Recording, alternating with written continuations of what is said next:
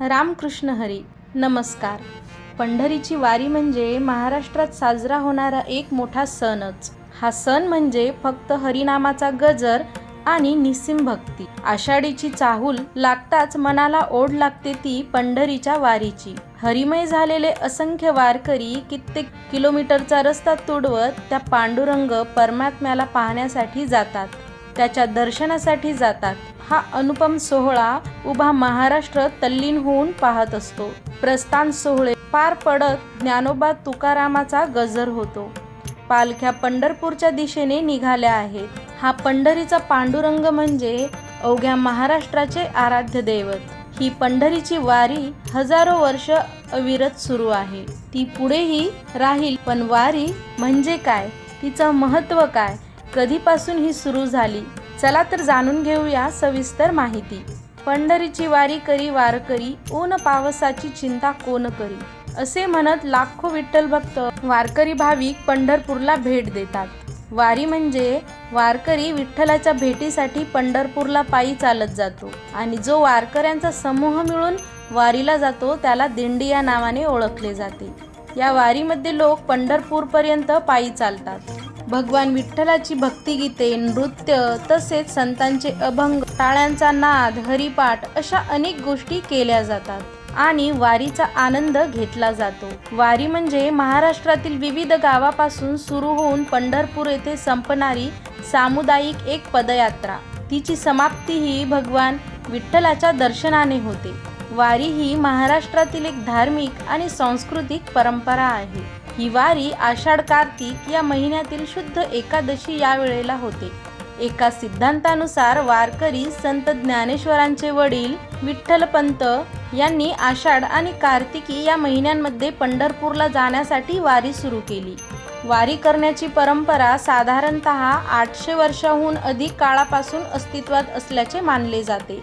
आषाढ शुद्ध एकादशीपर्यंत अनेक दिंड्या महाराष्ट्रातील जवळपास प्रत्येक गाव शहरातून पंढरपूरला भगवान पांडुरंगाच्या दर्शनासाठी येतात आणि त्यांची भक्ती व्यक्त करतात.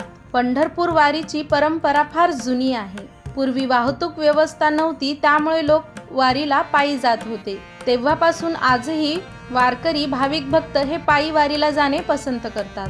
पंढरपूर वारी म्हणजेच चैत्र यात्रा, कार्तिक यात्रा, आषाढ महिना तसेच माघ महिना यापैकी कोणत्याही एका महिन्यामध्ये भाविक भक्त पंढरपूरला पांडुरंगाला भेट देतात आणि सर्वात महत्त्वाची ठरते ती आषाढ महिन्याची यात्रा.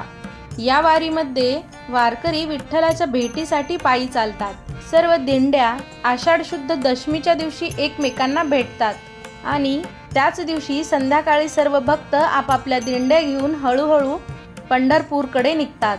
तिथे पोहोचल्यानंतर ते चंद्रभागा नदीमध्ये पवित्र स्नान करतात, प्रदक्षिणा पूर्ण करतात.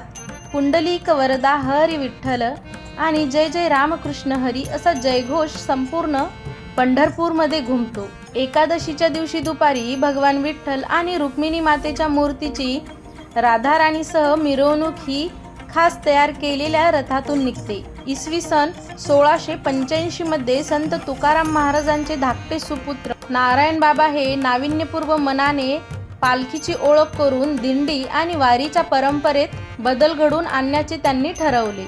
संत तुकाराम महाराजांच्या चांदीच्या पादुका त्यांनी पालखीत ठेवल्या आणि दिंडी घेऊन ते आळंदीला आले. तिथे त्यांनी त्याच पालखीमध्ये संत ज्ञानेश्वर महाराजांच्या पादुकाही ठेवल्या आणि तेव्हापासून 1830 पर्यंत ही परंपरा दरवर्षी पाळली जात होती.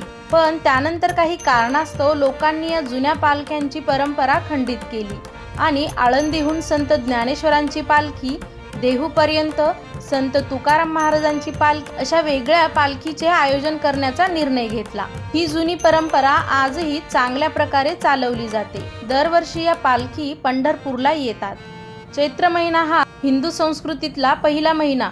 चैत्र शुद्ध एकादशीला म्हणजे महिन्यातील 11व्या दिवशी पंढरपूर येथे वर्षातील पहिली यात्रा भरते, ज्याला कामदा एकादशी म्हणून देखील ओळखले जाते. एकादशीच्या दिवशी देखील विठ्ठल भक्त, वारकरी, भाविक मोठ्या प्रमाणात गर्दी करतात आणि भगवंताचे दर्शन घेतात. कार्तिकी वारीमध्ये शुद्ध एकादशीला कार्तिक यात्रा साजरी होते. या दिवशी भगवान विठ्ठल झोपेतून उठतात अशी श्रद्धा आहे. म्हणून विठ्ठल भक्त वारकरी पंढरपूरला विठ्ठलाचे दर्शन घेण्यासाठी जातात. यामध्ये उत्सवाचा एक भाग म्हणून चंद्रभागा नदीच्या काठावर सर्व भाविक एका ठिकाणी येतात आणि कीर्तन, भजन, अभंग म्हणतात. बहुतेक आदल्या दिवशी भाविकांची गर्दी असते. ते रात्रभर जागरण करतात. माघ महिना हा सुद्धा हिंदू संस्कृतीतला महत्त्वाचा महिना आहे. या महिन्यातील शुद्ध एकादशीला देखील यात्रा भरते. तिला जया एकादशी म्हणून ओळखले जाते. या दिवशीही पंढरपूरचे संपूर्ण वातावरण भक्तिमय असते आणि या दिवशी सुद्धा पंढरपूरमध्ये वारकऱ्यांची गर्दी पाहायला मिळते. आषाढी यात्रा वर्षातील सर्वात मोठी. पंढरपूरमध्ये मोठ्या प्रमाणात जमणारे विठ्ठल भक्त या यात्रेमध्ये पाहायला मिळतात. तीर्थयात्रेचा एक हंगाम म्हणजे आषाढी यात्रा. भाविकांसाठी या तीर्थक्षेत्राला अनन्यसाधारण महत्त्व आहे. पंढरपुरात वारकरी मोठ्या संख्येने जमतात. या एकादशीला देवशयनी एकादशी म्हणून ओळखले जाते. या एकादशीपासून चातुर्मास सुरू होतो. म्हणजेच भगवान विष्णू म्हणजे भगवान विठ्ठल हे 4 महिन्यासाठी योग निद्रेत जातात. त्यालाच भक्त भगवंत झोपला असेही म्हणतात. आणि त्यावेळेला या सृष्टीचा कारभार भगवान विष्णूंच्या हातून भगवान शंकराच्या हातात जातो. या काळात भगवान विठ्ठलाच्या पूजेसाठी शक्य तेवढा वेळ घालवतात.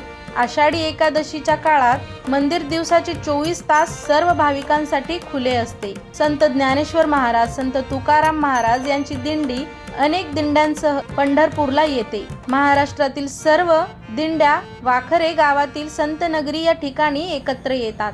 आषाढ शुद्ध दशमीच्या दिवशी एकमेकांना या दिंड्या भेटतात आणि सर्व भक्त आपापल्या दिंडीतून हळूहळू पंढरपूरकडे निघतात.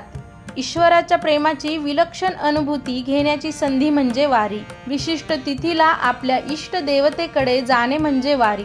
घरून निघायचे, एखाद्या संताच्या गावी जायचे आणि त्या ठिकाणाहून निघणाऱ्या दिंडीसोबत पंढरपूरला जाणे म्हणजे वारी.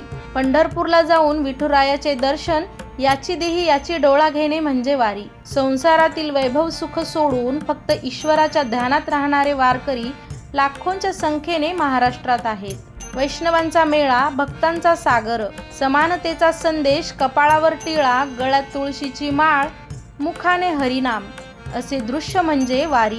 महाराष्ट्राची सांस्कृतिक परंपरा म्हणजे वारी. महाराष्ट्राची ओळख म्हणजे वारी. महाराष्ट्राचे वैभव म्हणजे वारी. संतांची शिकवण, ईश्वरी प्रेमाची विलक्षण अनुभूती घेण्याची संधी म्हणजे वारी. संत नामदेवांनी अनेक वेळा पंढरीची वारी केली. त्यांच्या अभंगांमध्ये वारीचा उल्लेख आढळतो. संत तुकाराम महाराजांनी अनेक वेळा पंढरपूरची वारी केली. त्यांच्याही अभंगांमध्ये वारीचे महत्त्व सांगितले आहे. संत ज्ञानेश्वर महाराजांमुळे या वारीला खूप मोठे महत्त्व प्राप्त झाले आहे. संत चोखामेळा, संत गोरा कुंभार, संत सावतामाळी यांनीही पंढरपूरची वारी केली. आणखीही अनेक संतांनी वारी केली आणि या वारीची परंपरा आजही सुरू आहे. भगवान विठ्ठलावरील भक्ती, संत महंतांचे स्मरण, सामूहिक भक्ती, सामाजिक समता, आत्मशुद्धी आणि पंढरपूरला भेट हे या वारीचे महत्त्व. वारीत चालताना कीर्तन, भजन होते, त्यामुळे आत्मशुद्धी होते. उपवासाचे पालन केले जाते. वारीमध्ये कोणताही भेदभाव होत नाही. पंढरपूरची वारी ही वारकरी संप्रदायाचा मुख्य आचारधर्म आहे. वारीची परंपरा सर्व संतांनी जतन केली आणि त्याचा प्रभाव सामान्य जनमानसावर पडला. हजारो लोक या वारीमध्ये सहभागी होतात आणि वर्षभर ही ऊर्जा मिळत राहते. संतांनी ही वारी सुरू केली. पंढरपूरचे तसेच भागवत धर्म आणि भगवतीचे महत्त्व लोकांना पटावं म्हणून ही वारी सुरू झाली. सगळ्यांनी सुखी राहावे, सांभाळून राहावे, एकमेकांना सहकार्य करावे हा संदेश वारीमध्ये दिला जातो. संत तुकाराम महाराज आपल्या अभंगातून म्हणतात, हरी आणि हर म्हणजे विष्णू आणि शिव यांच्यामध्ये भेद करून अकारण वाद निर्माण करू नये.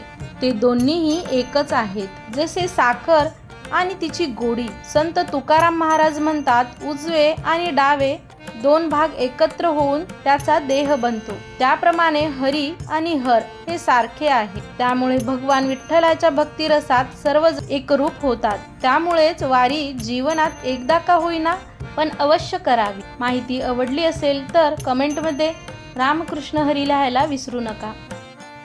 अशाच नवनवीन माहितींसाठी चॅनलला नक्की लाईक, शेअर आणि सबस्क्राईब करा. धन्यवाद.